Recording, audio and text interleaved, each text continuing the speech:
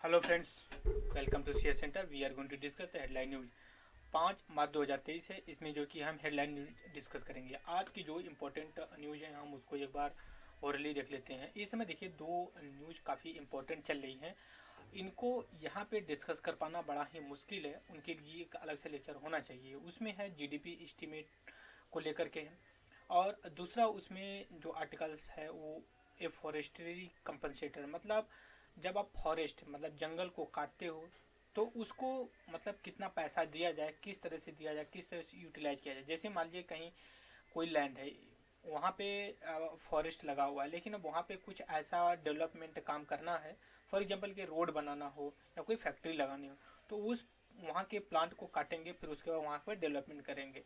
तो सपोज करिए कि जब फॉरेस्ट कटेगा तो वहाँ से क्या होगा, फॉरेस्ट लॉस होगा। फॉरेस्ट लॉस किस तरह से हम उसको देख सकते हैं? पहली बात तो जो शैडो होता है उनका, दूसरी बात ये है कि जो कार्बन को सिंक करते हैं, मतलब कि जो प्लांट होते हैं वो कार्बन डाइऑक्साइड को ऑब्जर्व करते हैं एज ए फूड के रूप में, और ऑक्सीजन को रिलीज करते हैं वो वेस्ट के रूप में। वो ऑक्सीजन ह्यूमंस के लिए और एनिमल्स के लिए काफ़ी बेनिफिट होता है। तो उनको कैसे, जैसे प्लांट काट रहे हो जितना, उतना कहीं और जा करके आप प्लांटेशन करिए। फिर उसके बाद जो है कि उसी को प्लांटेशन करने के लिए जो डेवलपमेंट काम हो रहा है, जो काम करें, सपोज करिए फॉरेस्ट एरिया में अंबानी कोई अपना प्लांट लगा रहे हैं, तो वो पैसा देंगे। जब फॉरेस्ट काटेंगे तो वो किसको पैसा देंगे? सेंट्रल गवर्नमेंट के पास पैसा जाएगा वो। फिर उसके बाद वो पैसा स्टेट, जिस राज्य में फॉरेस्ट कटा हुआ है उस राज्य के फंड्स में जाएगा, और वो जो कि यूटिलाइज होगा अदर एरिया में फॉरेस्ट को प्लांट करने के लिए। तो काफ़ी मतलब ये इंडियन एक्सप्रेस का एक सीरीज चल रही है, इसमें 4-5 सीरीज आई हैं। हम वेट करते हैं कि अभी कितने देख सकते हैं कि सीरीज इसमें आ सकती है। 5 आ गई है शायद, ठीक है। तो उसको और भी अपडेशन करने के लिए, जैसे मतलब होता है कि डेंस फॉरेस्ट क्या होता है, नेचुरल फॉरेस्ट क्या होता है, ठीक है, ट्री कवर क्या होता है, फॉरेस्ट कवर क्या होता है, इस ये सारी चीज़ें जो वर्ड्स होते हैं उनको किस तरह से डिफाइन किया जाता है, क्या पैरामीटर्स हैं, और जो इंटरनेशनल स्टैंडर्ड है और इंडिया के स्टैंडर्ड है किस तरह से है। तो ये दोनों आर्टिकल जो जीडीपी को लेकर के है, फॉरेस्ट को लेकर के, ये यहाँ पे करना बहुत इम्पॉसिबल है। उनके लिए बैकग्राउंड के साथ नेशनल इनकम, फिर जीडीपी, सारी चीज़ें उनको कैलकुलेट कर। फॉरेस्ट के लिए आपको पूरा एरिया पता होना चाहिए, कितना है एरिया वर्ल्ड में, इंडिया में कितना है। फॉरेस्ट का जो कटिंग शुरू हुआ, मतलब फॉरेस्ट का डिग्रेडेशन जो शुरू हुआ, वो कब से हुआ, 18वीं सेंचुरी से लेकर के जब इंडस्ट्रियल रेवोल्यूशन चला डेवलपमेंट को लेकर के, ये सारी चीज़ें हम वहाँ पे डिस्कस करेंगे। इसके बाद अगर मैं दूसरा आर्टिकल की बात करूँ तो इस समय जो G20 की मीटिंग चल रही है 2023 में, इंडिया उसका प्रेसिडेंटशिप है। और इसमें अभी जो कि आने वाले समय में क्वाड, एक ग्रुप ऑफ द 4 कंट्री, तो उसमें जो क्वाड है एक तरह से बोल सकते हो, जो चाइना का कहना है कि ये मिलिट्री ग्रुप है, चाइना को काउंटर करने के लिए है। और जो इन अगर जो ग्रुप के मेंबर हैं 4, इंडिया, यूएस, जापान, ऑस्ट्रेलिया, इनका ये कहना है कि नहीं, ये जो एक तरह के इंडो पैसिफिक रीजन में पीस इस्टेब्लिश करने के लिए एक तरह की प्रोसीजर है, ठीक है। तो इसको देखते हुए हम आगे करते हैं। फिर इसके बाद हम जो है कि चल रहे हैं कि अपने जो पीडीएफ के थ्रू है हम उसको चलते हैं, जो कि जो जो हेडलाइन है हम उसको डिस्कस कर रहे हैं। सबसे पहले यहाँ पे आइए हम देखते हैं। एक सेकेंड, यहाँ पे देखिए ऑस्ट्रेलिया, मिस्टर ऑस्ट्रेलिया के जो फॉरेन मिनिस्टर यहाँ पे विजिट करेंगे और G20 की मीटिंग में, और जो कि ये क्वाड का ग्रुप है उसमें जो कि डिस्कशन किया जाएगा। क्वाड एक तरह का बोल सकते हो कि जो इंडो पैसिफिक जो मतलब जो इंडियन ओशन प्लस उसके बाद पैसिफिक ओशन के बीच में जो एरिया पड़ता है, उसके एरिया में अगर आप लोकेशन देखो, यूएसए का, जापान का, उसके बाद ऑस्ट्रेलिया का, इंडिया का, आप देखेंगे ट्रायंगुलर की तरह, मतलब आप बोल सकते हैं 4 पोजीशन को ये कवर करते हैं। मोस्टली ये काफ़ी अच्छे ऑर्गेनाइजेशन है। चाइना का हमेशा ब्लेम होता है कि ये कहीं ना कहीं इन हमारे चाइना को काउंटर करने के लिए। और क्वाड जो मीटिंग होने वाली है इसमें अभी, इसमें रसिया का जो यूक्रेन में इन्वेजन है, फिर उसके बाद जो चाइना का अग्रेशन पॉलिसी है उसको लेकर के काफ़ी जो कि चर्चा होने वाली है आगे चल के। तो हमारे लिए बस इतना इंपॉर्टेंट है ये क्वाड क्या है। ये 4 कंट्री का ये ग्रुप है। एक तरह से बोल सकते हो जियो पोलिटिकल स्ट्रेटेजी के पॉइंट ऑफ व्यू से ये ऑर्गेनाइजेशन कोई इकोनॉमिक ग्रुप नहीं है ये, ठीक है। अभी तक इसका भी कोई स्टैंड नहीं, बट चाइना का ये कहना है कि मिलिट्री ग्रुप है। नेक्स्ट आर्टिकल में चलते हैं इलेक्टोरल बॉन्ड को लेकर के। अभी देखिए इलेक्टोरल बॉन्ड में एक इकोनॉमिक्स इंडियन एक्सप्रेस का जो है कि खुलासा हुआ है उसमें आरटीआई के थ्रू, इसमें ये हुआ कि जो SBI के थ्रू जो कि इलेक्टोरल बॉन्ड का जो डोनेशन दिया जाता है पॉलिटिकल पार्टी को, उसमें कहीं ना कहीं मतलब ट्रांसपेरेंसी की प्रॉब्लम है। इसका बैकग्राउंड क्या मैं देख लेता हूँ। ये इलेक्टोरल बॉन्ड जो है ये 2016 में इशू किया गया, ठीक है, 2016 में।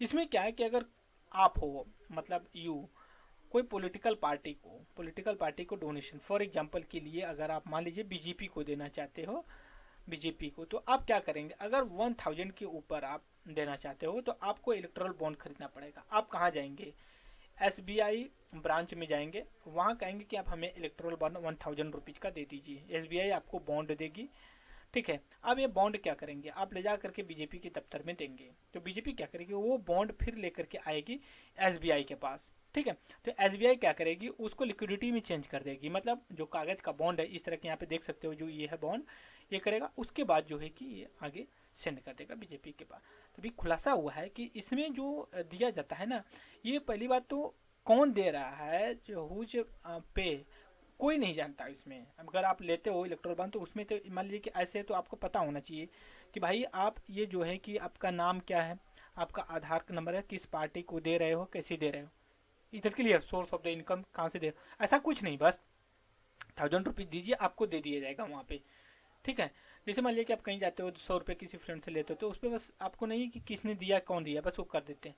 तो इसको लेकर के अभी ट्रांसपेरेंसी काफ़ी मतलब एम्बिगुअस, मतलब बड़ा मतलब दुविधा वाली बात है कि अभी ट्रांसपेरेंसी, और उनमें से जो इलेक्ट्रल बॉन्ड में दिया जा रहा है डोनेशन, वो 50%, अगर 100 रुपये दिए जा रहे हैं तो उसमें से 50 रुपीज़ जो है कि केवल बीजेपी के अकाउंट में जा रहा है।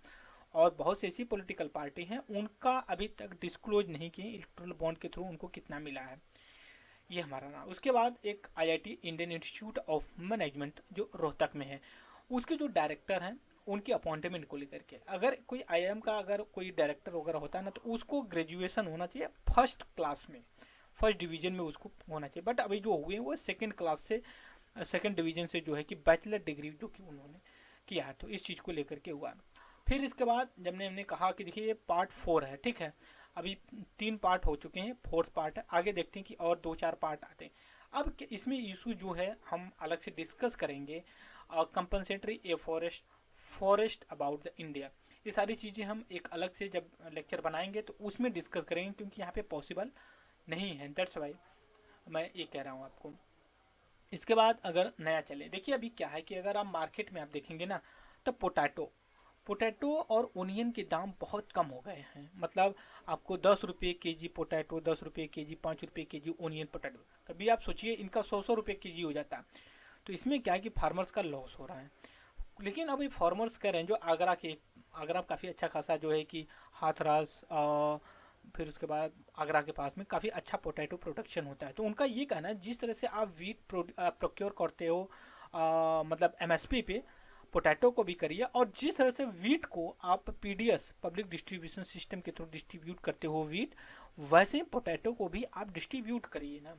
इससे क्या होगा, ये जो वीट है उसमें जो कंटेंट मिलते हैं मिनरल्स के, वो आपका पोटैटो में भी मिलते, जैसे कार्बोहाइड्रेट, ठीक है, स्टार्च, ये सारी चीज़ें आपको, जैसे मान लीजिए कि पोटैटो काफ़ी अच्छा है, बहुत से ऐसे प्लेस में उबाल करके, बॉइल्ड करके जो कि उसको यूज किया जाता है, तो अभी ये डिमांड चल रही, तो हमारे दिमाग में ये आना चाहिए। थोड़ा सा मैं इसका बैकग्राउंड अब बता रहा हूँ। तो अभी होता क्या कि जैसे मान लीजिए फार्मर्स हैं, ठीक है, ये क्या करते हैं, कोई चीज़ प्रोड्यूस करते हैं, फॉर एग्जांपल के लिए वीट या फिर राइस, इसमें क्या होता है, तो गवर्नमेंट ऑफ इंडिया ये क्या करती है, इनको एक MSP देती है, आप प्रोड्यूस करिए, हम इसको MSP पे खरीदेंगे, मतलब मिनिमम सपोर्ट प्राइस, इसके कहते हैं प्रोड्यूस करते हैं।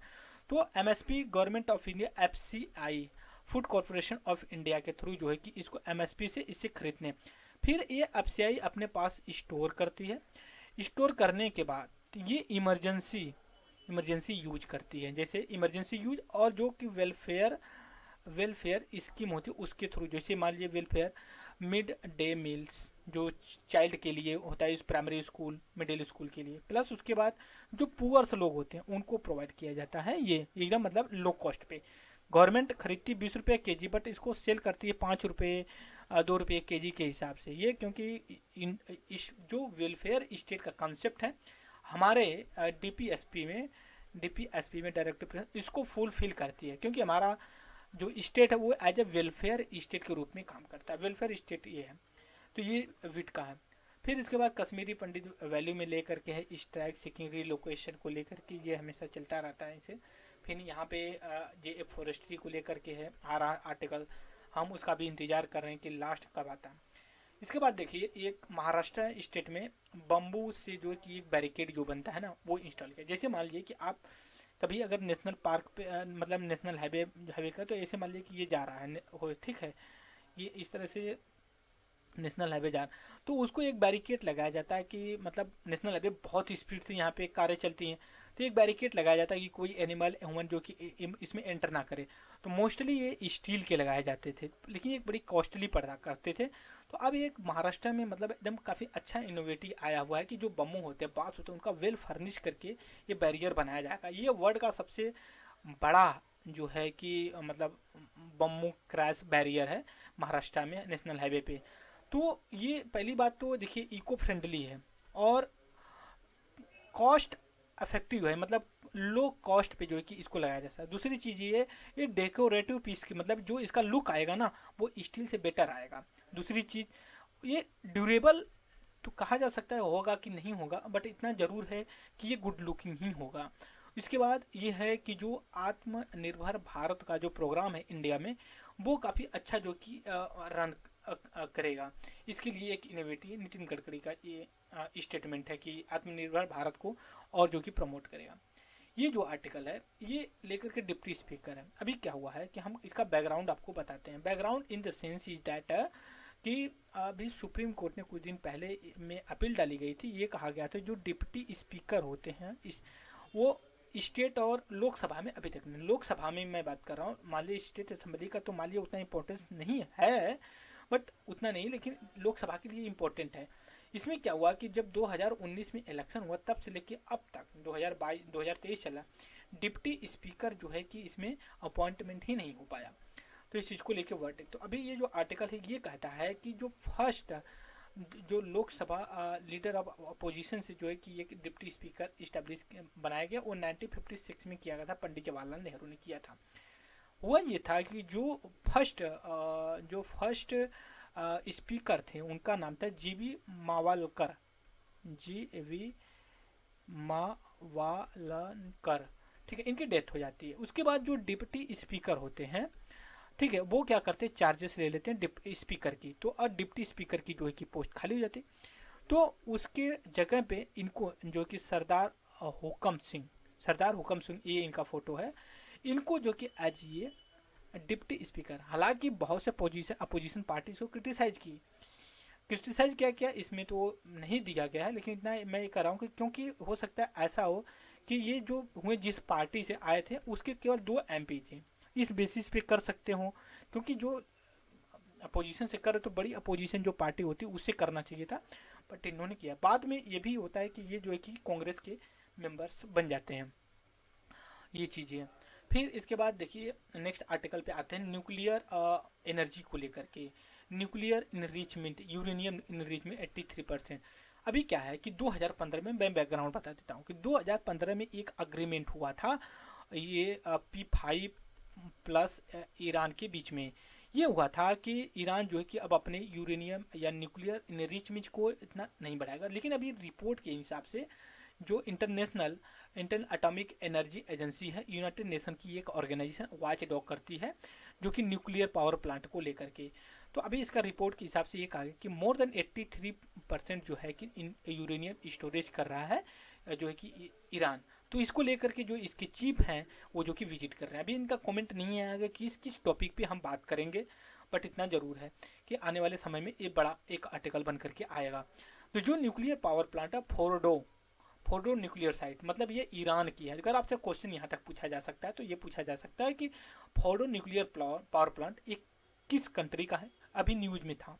तो हो सकता है कि आपसे यूक्रेन, क्रीमिया, रसिया, अमेरिका, ईरान पूछ रहे, तो आपको पता होना चाहिए क्योंकि फोर्डो ये ईरान का न्यूक्लियर प्लांट है। नेक्स्ट आर्टिकल में अगर हम देखें तो इसमें देखिए जो स्पुतनिक वैक्सीन थी जो रसिया से बनी हुई थी, स्पुतनिक वैक्सीन, उसके जो साइंटिस्ट थे ना, ठीक है, तो उनकी डेथ हो गई, वो 47 के अपने फ्लैट में पाए गए। फिर इसके बाद जो कि बैंकिंग इंफ्रा क्रेडिट को लेकर के है, काफ़ी मतलब स्लो ग्रोथ रही है। क्रेडिट इन द सेंस कि जो बैंकिंग सेक्टर है मार्केट में लिक्विडिटी जो प्रोवाइड करवाती है, उस कॉन्टेक्स्ट में ये बात किया जाता है। इसके बाद निर्मला सीतारमन का ये कमेंट आया, जो हमारे फाइनेंस मिनिस्टर हैं, ये जेएनयू की पड़ी हुई, ठीक है, जेएनयू की ये प्रोडक्ट है। उसके बाद जो फॉरेन मिनिस्टर हैं हमारे एस जयशंकर, वो भी जो कि जेएनयू के ही प्रोडक्ट हैं, वो भी वहीं से पड़े हुए हैं।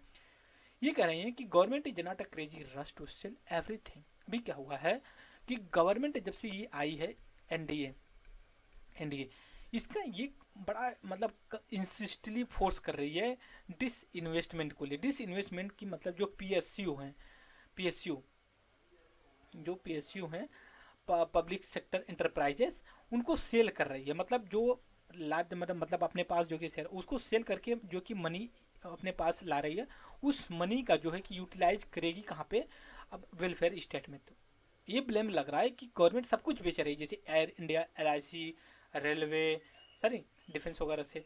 तो इस इतने नंबर का जस्टिफिकेशन एक तरह से बोल सकते हो आप। बाकी जो है पॉलिटिकल होगा, हमें इंपॉर्टेंट नहीं, बस हमारे लिए एग्जाम्स के ऊपर। अभी क्या हुआ, गवर्नमेंट ने कट किया है विंडफॉल प्रॉफिट टैक्स। तो हमारे सबसे पहले हम देख लेते हैं विंडफॉल क्या है। विंडफॉल का मतलब हम समझ लिए, विंडफॉल्स टैक्स का मतलब क्या है। ये चीज़, इसका ये मतलब है दोस्त कि जब कोई चीज़, मान लिए कि कोई चीज़, स्पेशली हम ऑयल के बारे में करेंगे। ऑयल इन द सेंस जो पेट्रोलियम क्रूड ऑयल होता है उसको लेकर के है, ठीक है।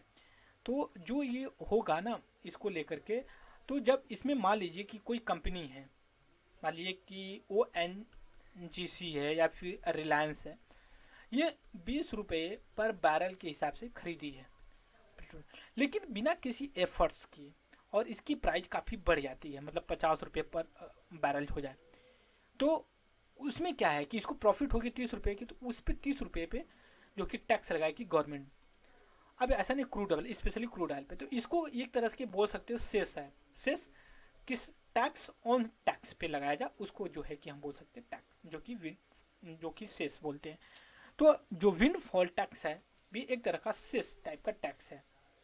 इसके बाद ये भी चीज़ मैं आपको बताऊं कि जो ये सिस्टम चलता है, ठीक है, जो सिस्टम चलता है इसमें अभी गवर्नमेंट ने कट किया है। तो इसमें देखिए दो तरह की, एक तो सिविल एविएशन के लिए है और एक जो डीजल होता है नॉर्मली।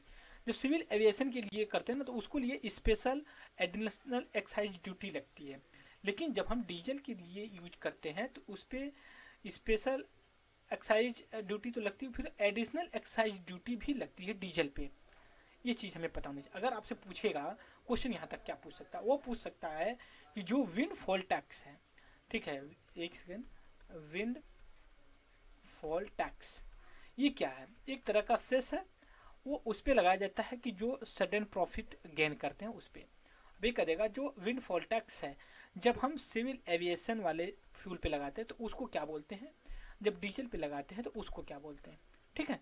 तो ये इस तरह के नेचर्स के क्वेश्चंस बन सकते हैं फ्रेंड्स, और आई होप कि आप इसको मतलब एक मतलब अपडेशन के रूप में यूज कर सकते हो। बाकी जो आर्टिकल्स हैं हम उसको आने वाले समय में इन डेप्थ में देखेंगे, क्योंकि इस समय पेपर चल रहे हैं, तो that's is not possible to discuss properly.